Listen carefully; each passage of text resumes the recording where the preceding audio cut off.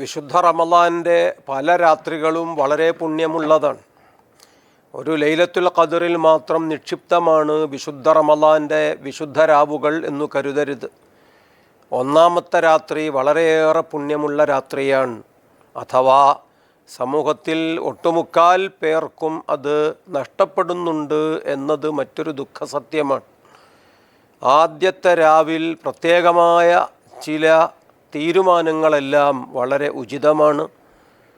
അപ്പോൾ തന്നെ എല്ലാറ്റിനും പ്രതിഫലം ലഭിച്ചതായി രേഖപ്പെടുത്തപ്പെടും. കർമ്മപഥത്തിൽ നമ്മുടെ നിശ്ചയം തീരുമാനങ്ങൾ പിന്നീട് നടപ്പാക്കുമ്പോൾ പ്രതിഫലം ആവർത്തിക്കപ്പെടും. ഒരു നല്ല തീരുമാനത്തിലേക്ക് ഇച്ഛാശക്തിയോടെയുള്ള നല്ല അമലുകളുടെ മുൻകൂർ ഉറച്ച നിയ്യത്തിലേക്ക് ആദ്യ രാവിൽ തന്നെ പ്രവേശിക്കുന്നത് ഏറ്റവും പുണ്യമുള്ള കാര്യമാണ്.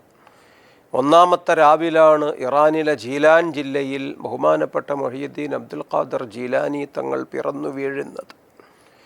ആ ജില്ലയിൽ അന്നു രാത്രിയിൽ പിറന്നു വീണ ആൺകുട്ടികൾ 1100 പേരുണ്ടായിരുന്നുവെന്നും അവരെല്ലാം തന്നെ പിന്നീട് വലിയ ഔലിയാ ആയി മാറിയെന്നും ചരിത്രം. ആ കുടുംബത്തിൻ്റെ പുണ്യമാണ്, ആ രാത്രിയുടെ ആ മാസത്തിൻ്റെ പുണ്യമാണ്. അതെല്ലാം നബി കുടുംബം സല്ലല്ലാഹു അലൈഹി വസല്ലം അവിടുത്തെയും അവിടുത്തെ വിശുദ്ധ വേദത്തിൻ്റെയും പുണ്യമാണ്. അള്ളാഹു തൗഫീഖും ഖബൂലും നൽകുമാറാകട്ടെ.